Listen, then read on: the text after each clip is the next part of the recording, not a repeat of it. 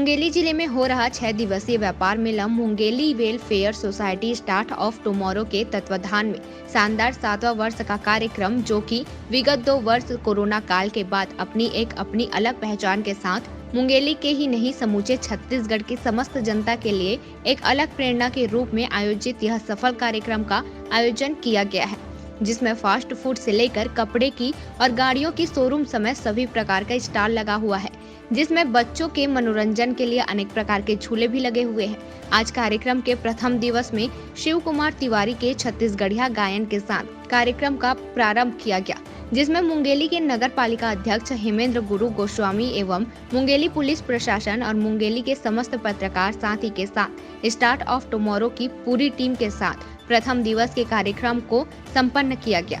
मुंगेली व्यापार मेला का सफलता में 7वां वर्ष है और पूरे जिले वासियों का विशेष रूप से आभार भी है, क्योंकि यह संयुक्त प्रयास है। मुंगेली व्यापार मेला मुंगेली की सांस्कृतिक, कृषि, व्यावसायिक गतिविधियों के प्रोत्साहन के लिए आयोजन किया जाता है।